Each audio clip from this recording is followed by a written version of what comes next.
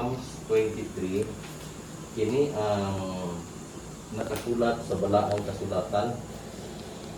Awit ni David nga nagahatag kanato sa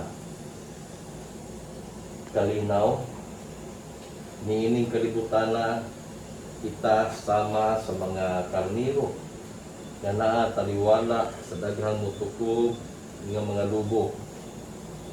Ang atong kahimtang sa kalibutan ingon ana na mga pagsulay, na sakit, na mga palapian sama ng ini karon.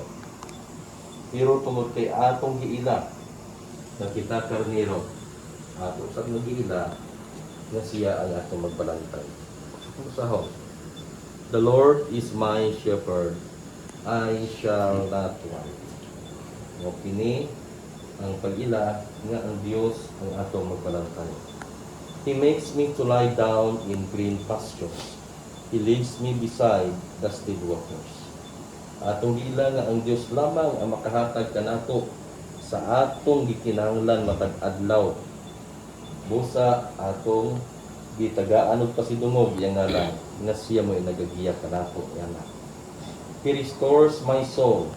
He leads me in the path of righteousness for His name's sake. Atong nasabtan ang atong kaluyahon, wa kitay Dios na agitas pagpakasala. Pero niini nga teksto atong giila nga siya ang maghatod kanato sa pagkamatarong alang sa Himaya. Yea, though I walk through the valley of the shadow of death, I will fear no evil, for you are with me, your rod and your staff, they comfort me. Dinhi atong nasabtan nga ang kinabuhi sa kalibutan adunay mga daghan kaayong panghitabo bisan pa mahatod ngadto sa kamatayon. Tungod kay siyang atong magbalantay, wala kitay kahadlukan bisan pa padulong sa kamatayon. Tungod kay ang Dios nagauban kanato kanunay. Maayong usab kanimo, Sir Pidi.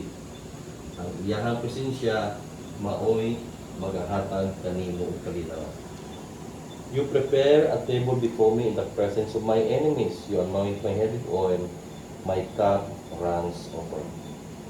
Ining taknaa atong gibati nga ang kamatayon aduol mo kana ang kaaway nato niining kalibutana ug ang Dios nasayod nga kita tanan wala exempted mag-atubang niini. Bisan pa niini tungod kay siyang atong magbalantay, bihugan kitag lana sa atong ulo.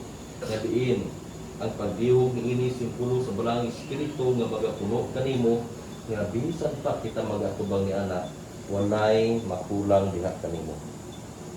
Surely goodness and mercy shall follow me all the days of my life, and I will dwell in the house of the Lord forever. Dinhi makita natong kasiguruhan nga siya mag-auban kanato dili lang niining kalibutana ug hangtod kano sa kita magpahulay. Kung dili tungod kay siya nga atong Dios, tungod kay siya atong magbalantay ang atong panag-uban sa Dios hangtod sa walay kahangturan. Atong